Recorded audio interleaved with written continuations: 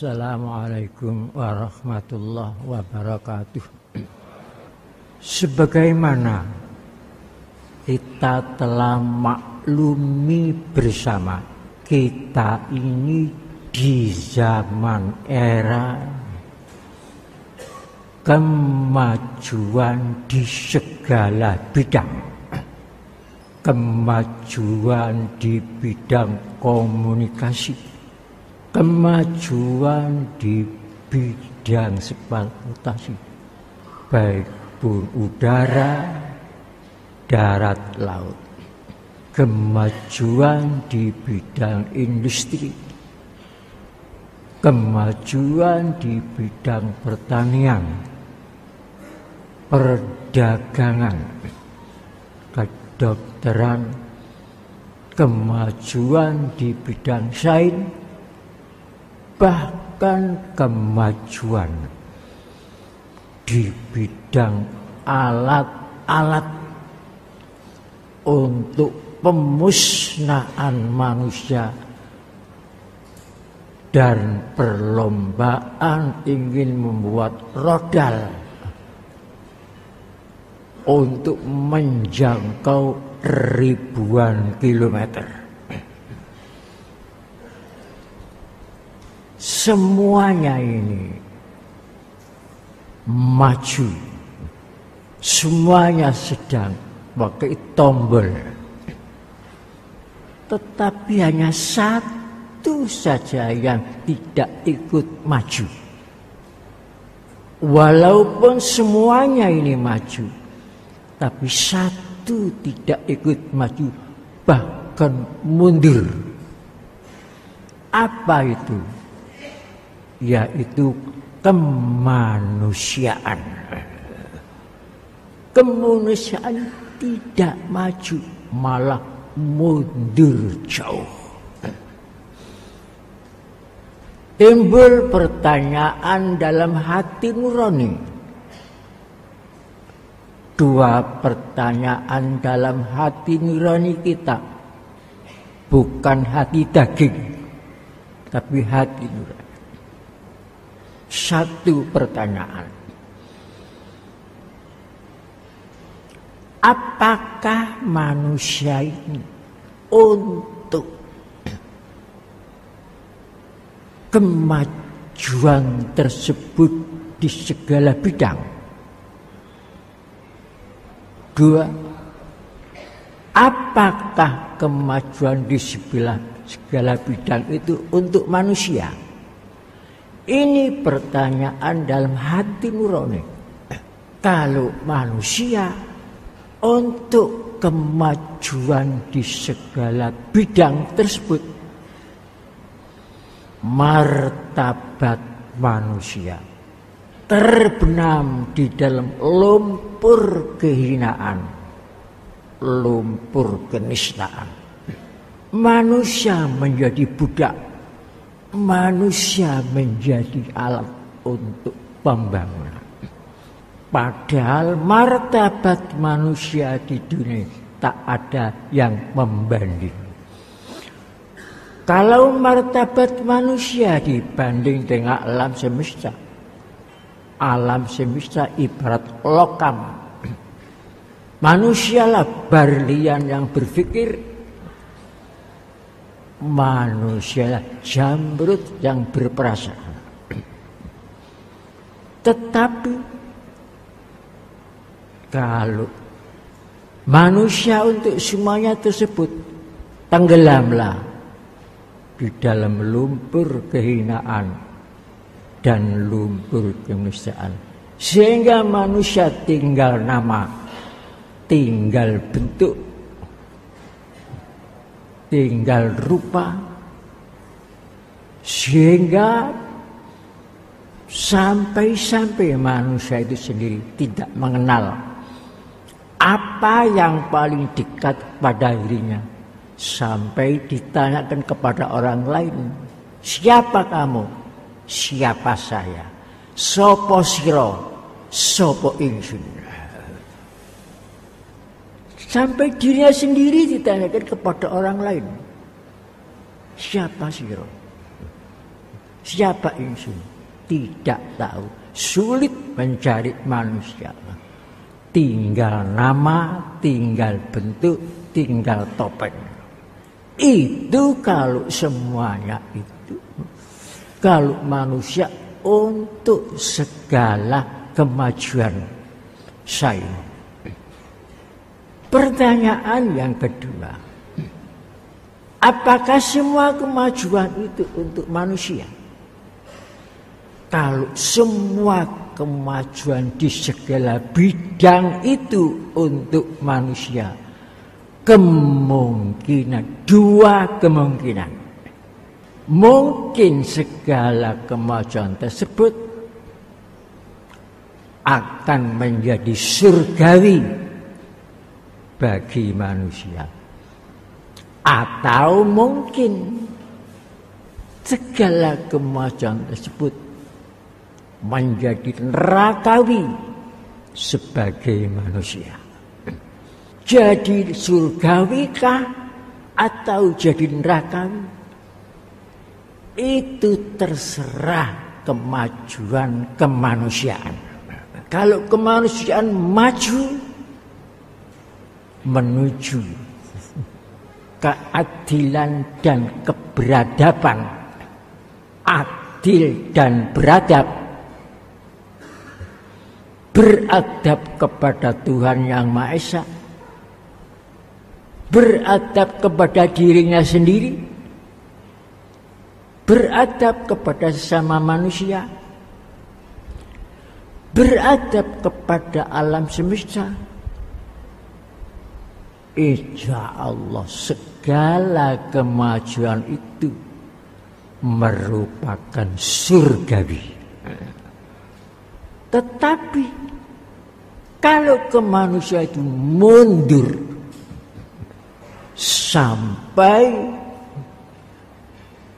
kezaliman dan kebiadaban,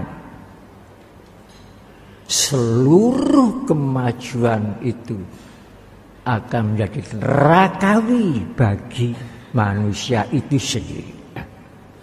Sehingga manusia membuat senjata yang modern untuk memusnahkan manusia itu sendiri dan memusnahkan segala bangunan yang telah susah payah dibangun oleh manusia itu sendiri. Jadi kalau semua kemajuan di segala bidang untuk manusia kemungkinan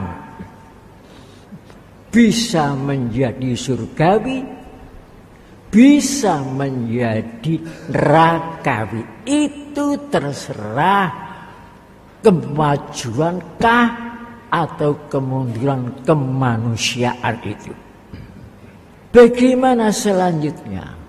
Harus ada usaha untuk mendorong kemanusiaan maju sampai keadilan dan keberadaban.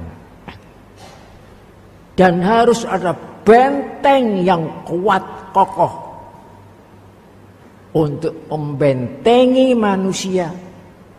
Jangan sampai kemanusiaan sampai masuk ke dalam kezaliman dan kebiadaban. Kalau tidak ada pendorong yang kuat dan tidak ada benteng yang kuat, bahaya terbesar menimpa kemanusiaan. Dari manakah benteng yang kuat kokoh untuk membentengi kemanusiaan?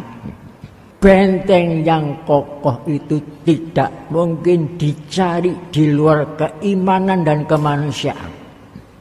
Benteng yang kokoh itu harus timbul dari 3 kekuatan.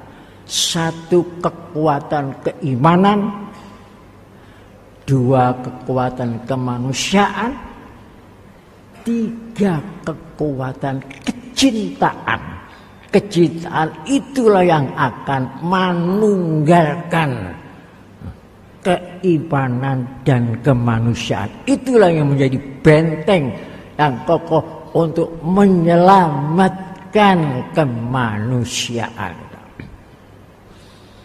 Keimanan tanpa menunggal dengan kemanusiaan, keimanan yang lumpuh, keimanan yang tidak berdaya menghadapi cobaan kesenangan dan menghadapi cobaan penderitaan, lumpuh.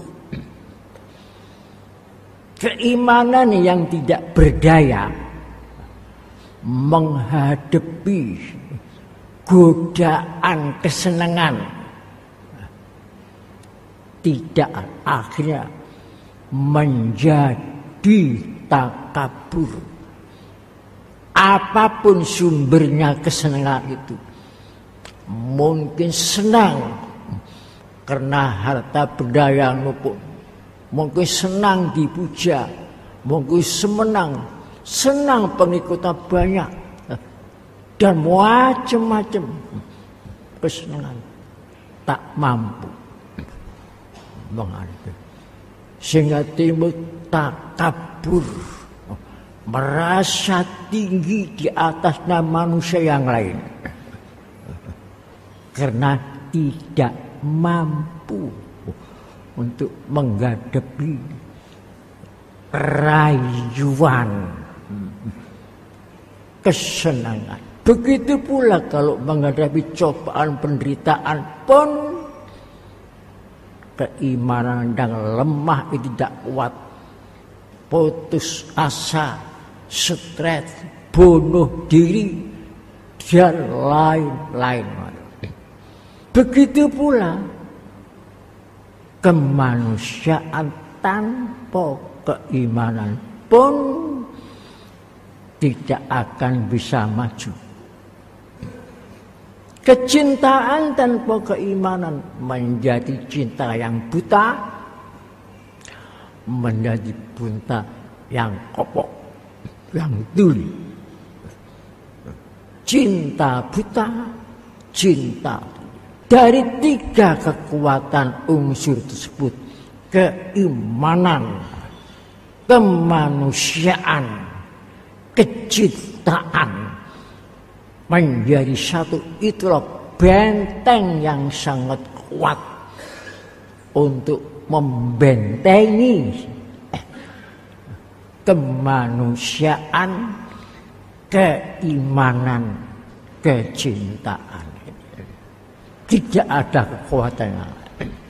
Kita cinta kepada tanah air kita, sadar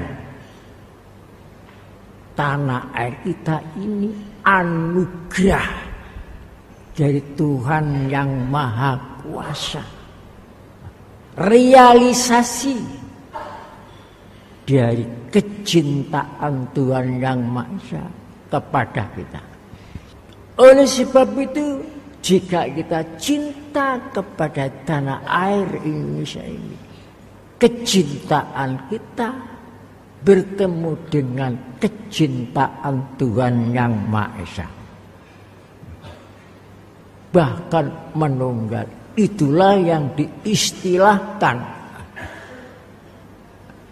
oleh bujangga-bujangga nenek moyang kita dulu, manunggalnya kawula dengan Gusti, manunggalnya Gusti dengan kawula. Ibarat orang tani cinta tanaman padinya itu hidup ijo royo, tinggal naikin saja, harus cinta kepada yang menciptakan padi itu sendiri. Sehingga cinta kita menjadi cinta abadi, naik bercinta yang abadi. Itulah yang akan bisa membentengkan kemanusiaan kita. Hadirin wal hadirat yang kami muliakan, organisasi persaudaraan cinta tanah air. Mengapa kami pilih persaudaraan, di belakang itu ada kata cinta. Dunia menyaksikan persaudaraan tanpa cinta. Bagaimana kenyataan yang sudah di dunia kita ini? Banyak perang saudara antara seayah seibu, perang saudara sesuku, perang saudara seagama, perang saudara seiman. Karena kecintaannya itu tidak ada. Hanya persaudaraan, tapi cintanya tidak ada. Bagaimana dalam buku Mahabharata, contoh yang kita, Pandhawa dengan Kurawa saudara, tidak ada kecintaannya. Di Kurawa terhadap Pandhawa terjadi perang dahsyat, dinamakan perang Brontoyuda. Karena dahsyatnya perang saudara itu menyeret negara-negara yang lain dan menyeret guru-gurunya sendiri. Maha gurunya Pandhawa, maha gurunya Kurawa pun terseret. Habis semuanya. Karena kecintaannya itu tidak ada terhadap saudaranya sendiri. Makanya kata cinta saya pasang persaudaraan, cinta tanah air Indonesia, dan dibentengi manungganya keimanan dan kemanusiaan. Saya harapkan sebagai anggota Pemakarsa, saya bukan Dewan Pemakarsa, anggota Pemakarsa. Saya harapkan semua pengurus maupun anggota yang bergabung dalam organisasi persaudaraan cinta tanah air Indonesia yang dijai oleh manunggalnya keimanan dan kemanusiaan wajib menjunjung tinggi martabat bangsa Indonesia, wajib menjunjung tinggi martabat negara kesatuan Republik Indonesia. Ini wajib.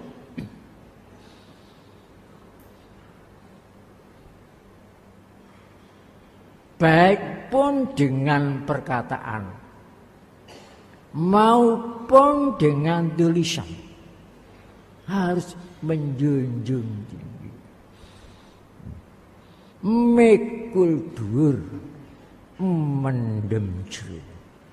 Yang positif kita pikul setinggi-tingginya, tapi yang negatif kita kubur sedalam-dalamnya.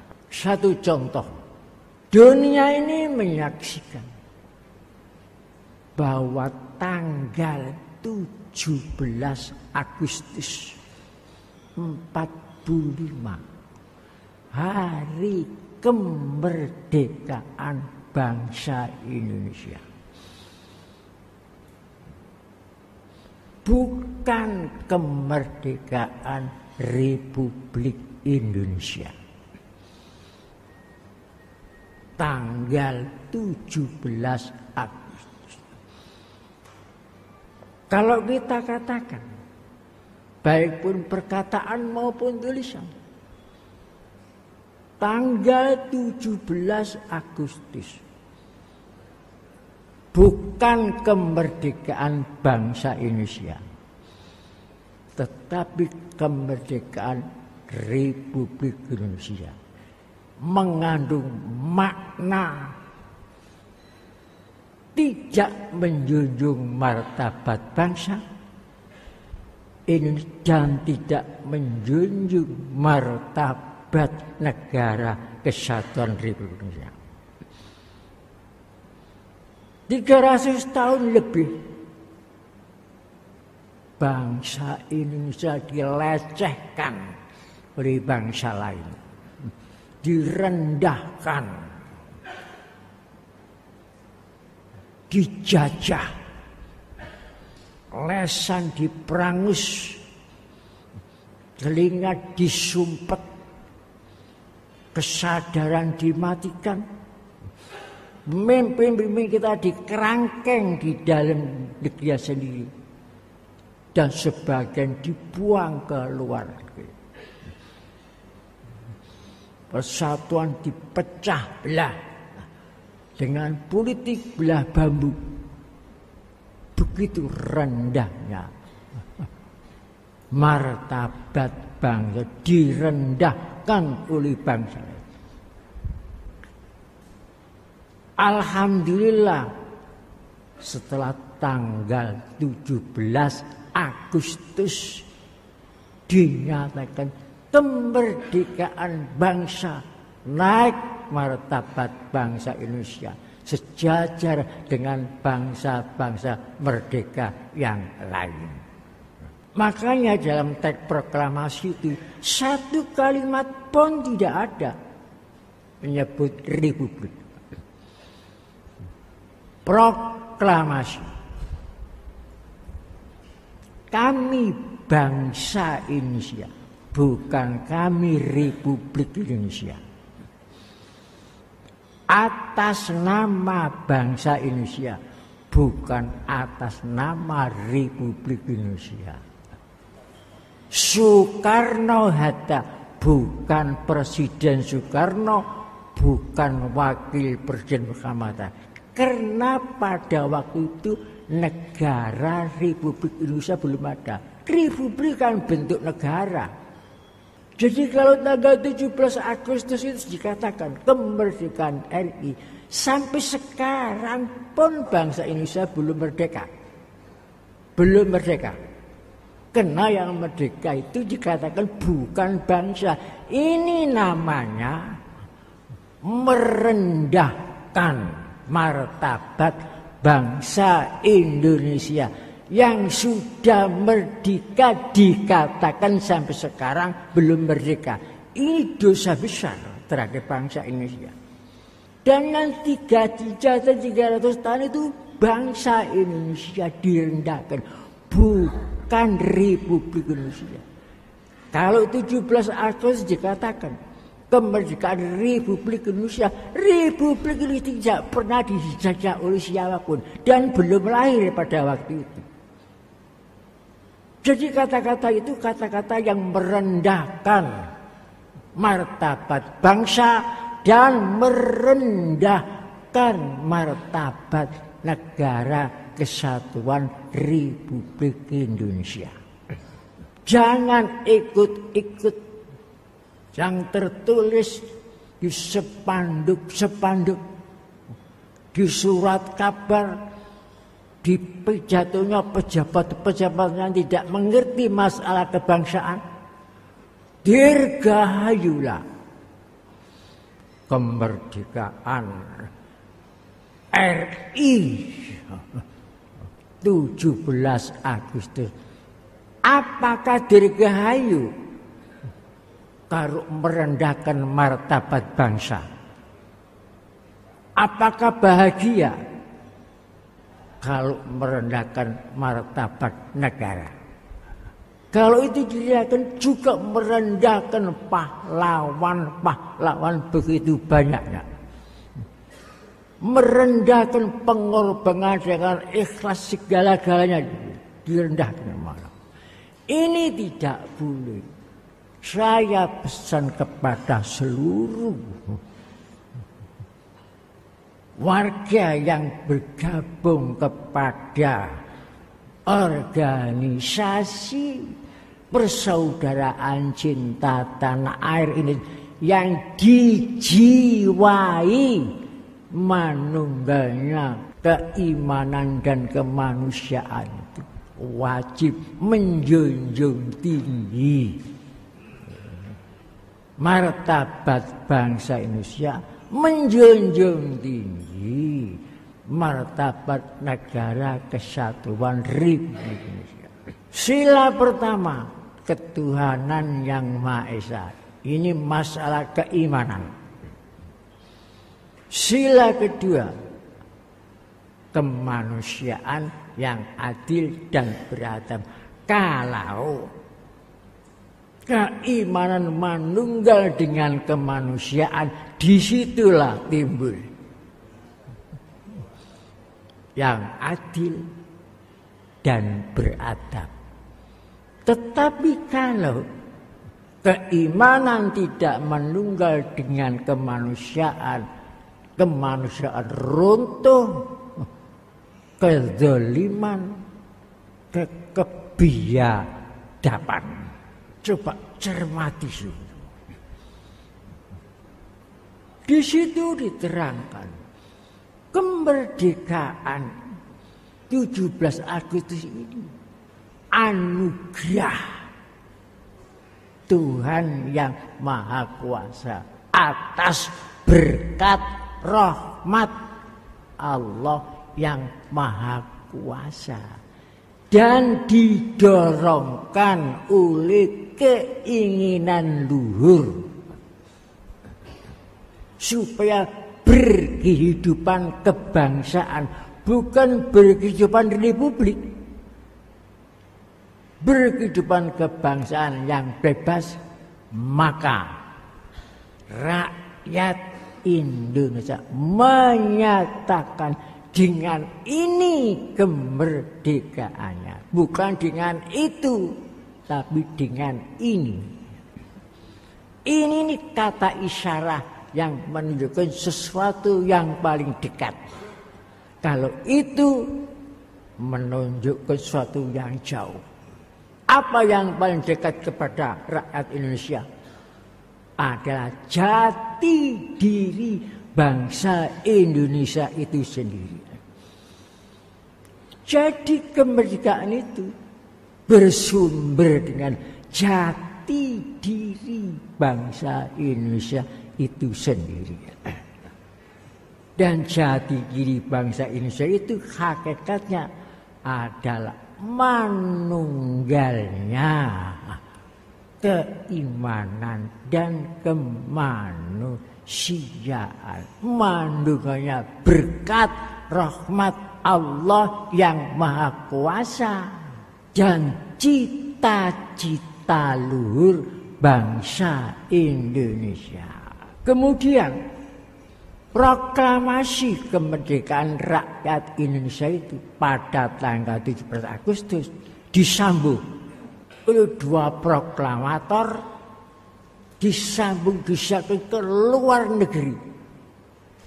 Kami bangsa Indonesia. Karena dalam alinya ketika itu ada kata-kata rakyat, ada kata-kata bangsa. Yang untuk menyambung itu bangsa. Kami bangsa Indonesia. Disambung ke seluruh luar negeri. Sehingga dunia mengetahui bahwa kemerdekaan bangsa Indonesia pada tanggal 17 Agustus.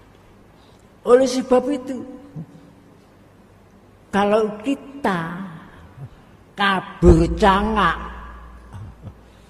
tidak mengerti, mengikuti tulisan-tulisan yang tidak ada sumbernya itu, kemerdekaan RI, apa kata dunia terhadap bangsa Indonesia? Dulu kamu menyiarkan, proklamatormu menyiarkan kemerdekaan bangsa Indonesia ini tanggal 17 Agustus, bukan kemerdekaan ini. Tapi sekarang mengapa dibiarkan ada tulisan-tulisan seperti itu? Di Jombang ini ada ya tulisannya, ditulis besar, kemerdekaan RI. Itu pembohongan, pembohongan, pembodohan.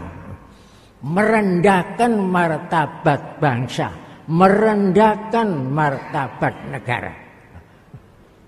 Organisasi cinta tanah tidak boleh ikut-ikut. Kalau memang sungguh-sungguh cinta terhadap tanah air Indonesia ini, jangan ikut-ikut merendahkan martabat bangsa. Jangan ikut-ikut merendahkan martabat negara kesatuan Republik Indonesia. Organisasi persaudaraan cinta tanah air Indonesia yang dijiwai manunggalnya keimanan dan kemanusiaan ini, walaupun setetes air, ikut-ikut nyumbang merawat tanah air kita ini, merawat kemanusiaan bangsa Indonesia ini. Jangan sampai jatuh ke lumpur kehinaan dan kemanusiaan, kebiadaban, meskipun hanya setetes.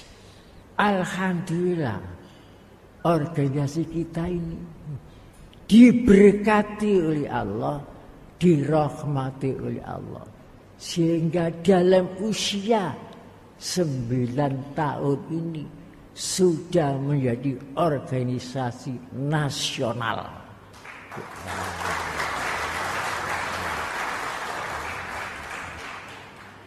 Kalau ini kita praktekkan menjadi fakta, bicara bukan bicara tanpa fakta.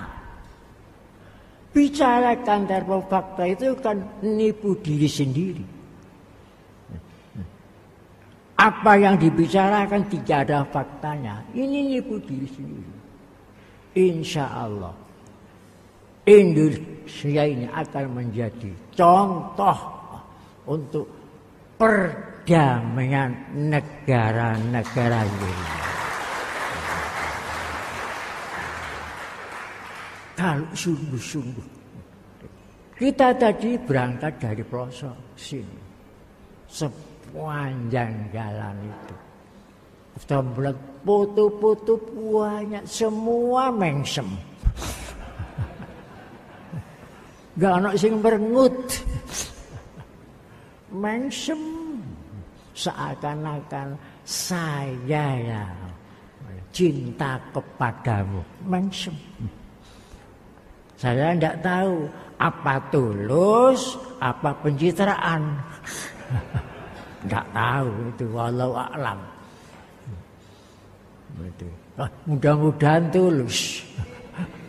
Mudah-mudahan, doakan saja. Yang punya gambar-gambar itu supaya tulus.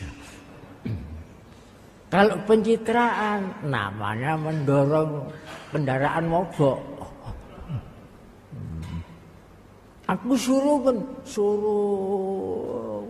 apa kalau tanjakan payah, kalau sudah aku dada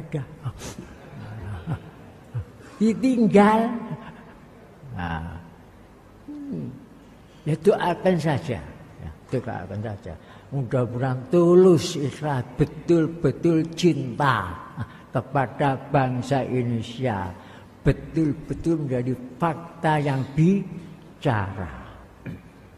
Hadirin wal hadirat yang kami muliakan, seluruh Indonesia ini sudah mengamalkan sebelum menyanyikan lagu kebangsaan Indonesia Raya, sudah mengamalkan berdiri tegak sebelum mengucapkan lagu Indonesia Raya. Apa makna berdiri tegak itu? Apa bermakna apa tidak? Kalau berdiri tegak tidak bermakna, seluruh Indonesia mengerjakan yang sia-sia, yang tidak ada maknanya. Untuk apa berdiri tegak sebelum menyanyikan lagu Indonesia Raya? Kalau memang tidak bermakna. Pasti ada maknanya. Kalau ada maknanya, apa maknanya? Kalau kita tidak tahu, apa obanya kita dengan kaset? Kaset itu bisa menyuarakan lagu pas, tapi si kaset itu sendiri tidak tahu maknanya apa yang diucapkan. Sebelum mengucapkan kata-kata, di sanalah aku berdiri, jadi pandu ibuku. Kan berdiri dahulu. Supaya kita itu jangan hanya bicara, tapi fakta yang bicara. Harus betul-betul menjadi pandu ibuku. Ibu Pertiwi. Ibu Pertiwi ini sudah sakit komplikasi. Sakit komplikasi. Karena sakit, ilmu pengetahuan tidak sampai kepada kearifan. Karena sakit, persatuan tidak sampai kepada kekokohan.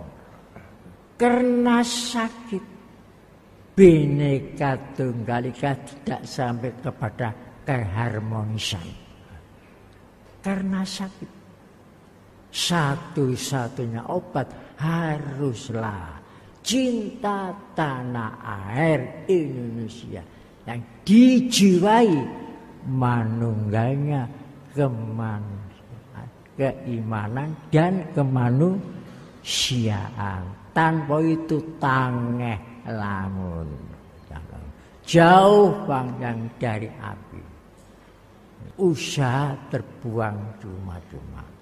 Jadi kita walaupun setetes air, kita harus urun-urun nyumbang bagaimana menyelamatkan kemanusiaan Indonesia ini, menyelamatkan tanah air kita ini yang sudah dalam keadaan seperti ini.